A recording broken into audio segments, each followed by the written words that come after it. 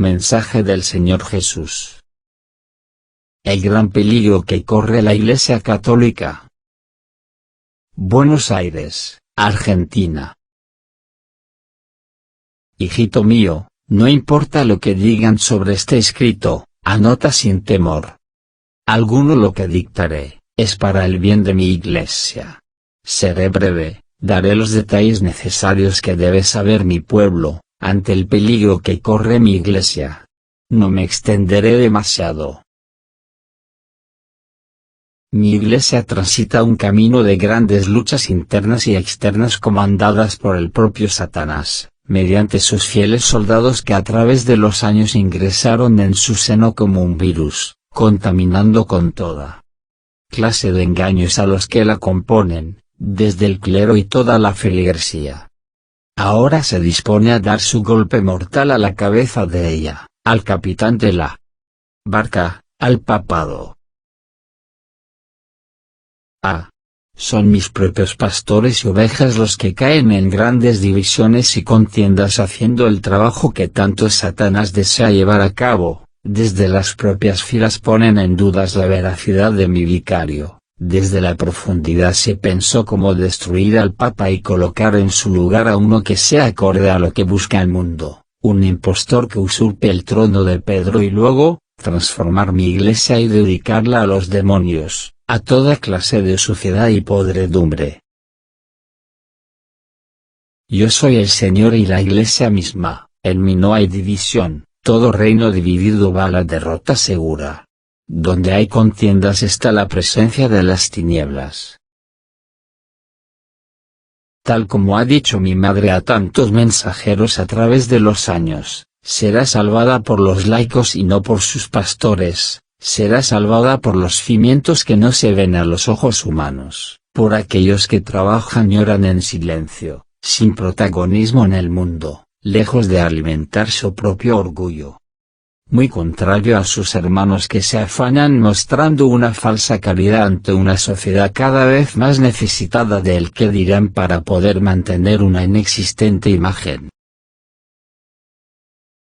La masonería, en su largo trabajo y espera, fue socavando la defensa de mi Iglesia, y lentamente, en algunos momentos lo hizo más rápido. Una vez vencida fue caminando segura y sin demora hacia los niveles más altos de la jerarquía eclesiástica.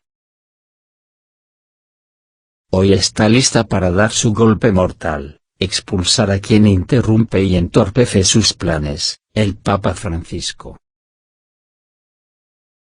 El Papa Benedicto XVI, por mi pedido, en un movimiento maestro, retrasó los planes de los enemigos de la Iglesia Católica, al renunciar y colocando a un sucesor que mantendría el rumbo de la barca hasta aguas calmas y costas de arenas blancas. Las tinieblas gritaron de odio y desesperación. Pero éstas no descansaron, buscaron otro plan y ahora desean llevarlo a cabo. El demonio, con astucia confundió las mentes de las propias filas y eclipsó las miradas para que no descubran el engaño que había trazado. Yo, el Señor, explicaré con palabras simples para quien lea el mensaje entienda claramente cuál lado debe seguir o abandonar. Nadie podrá decir que no se explicó del gran peligro que transitáis. Toma nota, mi fiel mensajero. No importa lo que digan, tú escribe. Como el instructivo de un manual, paso a describir el escenario de la Iglesia Católica en 3 partes.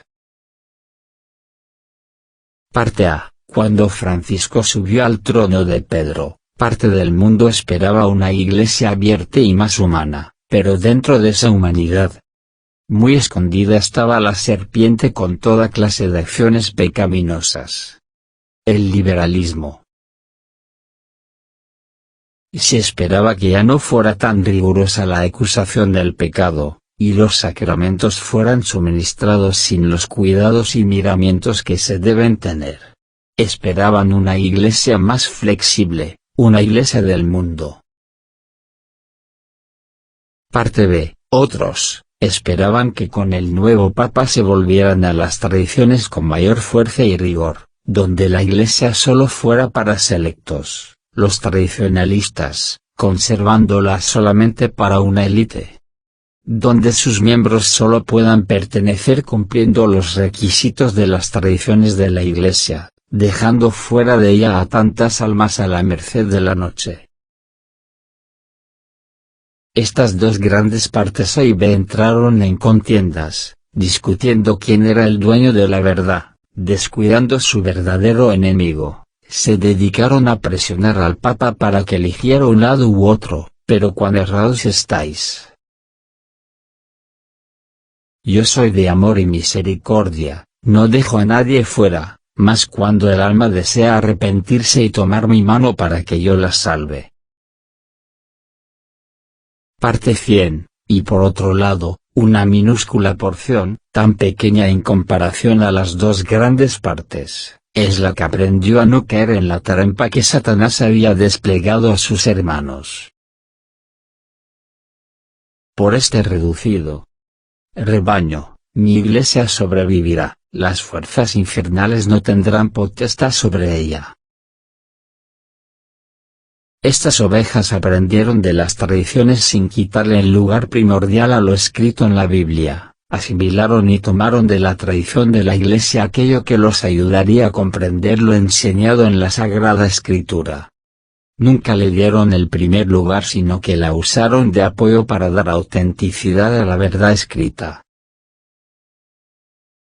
Teniendo la visión más clara, van en búsqueda de aquellas almas que se alejaron de las filas católicas por diferentes motivos, y lo hacen con un corazón amoroso y misericordioso. Siempre con el aliento del perdón, enseñando dónde está el error que os llevó a caer e indicando cómo retornar al redil con un corazón contrito. Esto no ha significado para estas almas piadosas y misericordiosas aceptar el pecado y todos sus engaños, al contrario, son determinantes en la corrección sin dejar lugar al pecado, lo aborrecen, enseñan a sus hermanas que deben romper toda alianza con el error, cuáles son las consecuencias seguir unidos al pecado, y si desean liberarse de la esclavitud, cuáles son las ganancias que les esperan. Son firmes y suaves a la vez. Ya tenemos identificadas en escuetas definiciones a las partes que integran a mi Iglesia, ahora voy a explicar cómo dos de las tres partes trabajan para las tinieblas, quizás muchos sin darse cuenta. El demonio enceguecido por su propio orgullo ha desechado a la tercera parte, la más pequeña, la considera irrelevante y carente de amenaza para sus planes. ¡Qué equivocado está! Por este pequeño rebaño se sostiene al Papa y a mi Iglesia, con sus oraciones incesantes a Dios Altísimo. El demonio no ve estas ovejas, sabe que están en algún lugar, no tiene tiempo para ellas, no las puede ver debido a que éstas, al ser tan simples como la flor silvestre, pasan frente a su nariz sin ser percibidas. La virtud de la humildad es tan fuerte en ellas que las hace invisibles a las miradas infernales, hasta el punto que el demonio piensa que ya no existen. En estos días tan cruciales para mi Iglesia, las partes más numerosas, tradicionalistas y liberales, presionan al Papa con más determinación hacia cada sector. Los primeros dicen que es un Papa que trae el error, que no se apega a las tradiciones de la Iglesia, muchas de ellas viciadas por la mano del hombre, pero se olvidan de las enseñanzas divinas. Piden a Francisco que sea concluyente con los liberales, que les cierre las puertas, que no haya lugar para ellos, que ellos sí han cumplido con todos los preceptos y son intachables en su proceder. Hipócritas. Parecéis a los fariseos y los sacerdotes de Israel, que se jactan de cumplir la ley pero se olvidan de las enseñanzas de Dios. Os llamo a que reviséis vuestra manera de pensar y actuar, porque si no lo hacéis sacaré todas vuestras miserias a la luz, una por una y será un solo lamento para sus almas. Vuestros pecados han lacerado a mi iglesia alejando a tantas almas de la salvación eterna, os pediré cuenta por ello en el día del juicio. Los segundos, también exigen al papado para que abra las puertas de mi iglesia rompiendo los sellos de equilibrio que la sostienen aún en pie. Pero la condición de la apertura es permitirles ingresar con toda clase de pecados. Sin el arrepentimiento adecuado y sin dejar el estado pecaminoso en el que viven. No quieren dejar la vida de error que llevan sin el menor esfuerzo, que otros se martiricen por ellos. Buscan justificar sus errores acusando a la Iglesia de ser una institución vieja, que no se moderniza a los tiempos y a los avances de la sociedad, que esas cosas de las tradiciones pasaron de moda, es de la Edad Media. Ahora se busca el amor de la humanidad y no la de Dios. Dicen que mi iglesia es una iglesia de un Dios malo y severo, por lo tanto buscan a un Dios más permisivo, un Dios que todo lo permita. Han confundido la palabra misericordia con permisividad. ¡Cuán errados estáis, mis niños! No puede convivir la mentira con la verdad, la suciedad con lo limpio. No puedo permitir que hagáis de mi iglesia un corral de barro y suciedad. ¿Qué haréis cuando pida cuentas de vuestras obras? No tendréis excusas, seré tan severo con ustedes en el día del juicio como los primeros, porque arrastraron a tantas almas a la perdición eterna.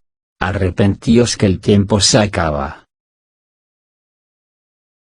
Ambas partes hoy se sienten decepcionadas por el Papa, dicen que no cumplió con sus expectativas, pero no se dan cuenta que fue enviado a salvar lo poco bueno que ha quedado de mi iglesia, ya que se ha permitido que el enemigo ingrese y saquee sus bienes más preciados. Las almas. Por mi mandato fue elegido para que la misericordia llegue a todas las almas. A todas, que todo el mundo tenga la oportunidad de ser alcanzada por ella y con tan solo estirar la mano obtener la salvación eterna. Es por eso que Francisco adelantó el año de la misericordia, para evitar que mi iglesia sea destruida totalmente. Ahora, llega el tiempo final del trabajo de Francisco. Las dos partes que pelean entre sí piden un papa acorde a sus deseos y parecer. Y lo tendrán si continúan en esa postura. Satanás ha movilizado a sus agentes masones infiltrados en ambos lados para que agiten a las masas y aceleren un nuevo cónclave, en lo posible, para destituir a mi vicario y colocar uno según sus voluntades.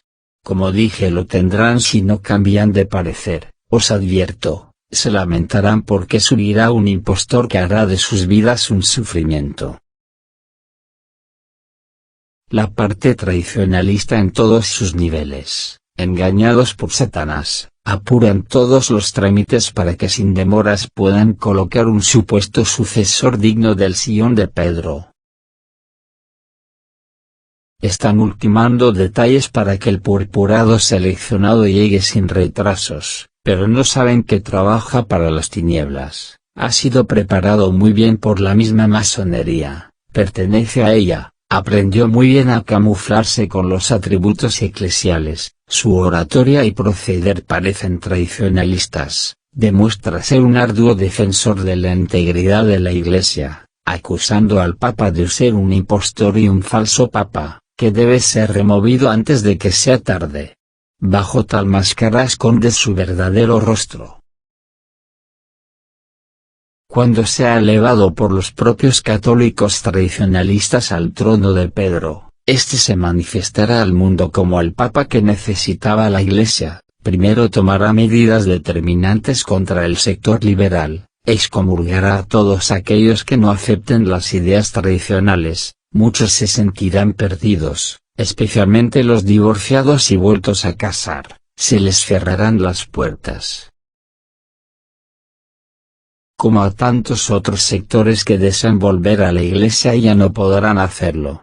Tal medida será ovacionada por aquellos que lo eligieron y dirán que este es el Papa que esperábamos. Ahora sí nuestra Iglesia está salvada, pero cuando pareciera todo perfecto el nuevo vicario presentará al nuevo Cristo tan esperado, el Anticristo, colocará a la Iglesia al servicio de éste, le cederá el trono de Pedro y con ello, bajo la excusa de que Cristo en persona está en la tierra ya no habrá necesidad de seguir celebrando la Eucaristía, que solo debe ser un simple recordatorio en honor al que ya está en la tierra.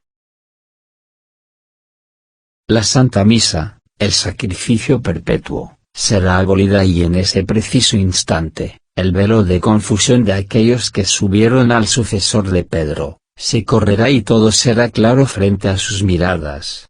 Se taparán el rostro, se arrodillarán y pedirán perdón por el error cometido, pero será tarde.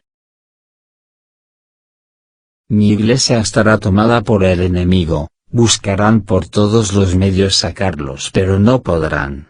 Se emitirá un edicto que se los acusará de traidores, se los perseguirán, apresarán y asesinarán.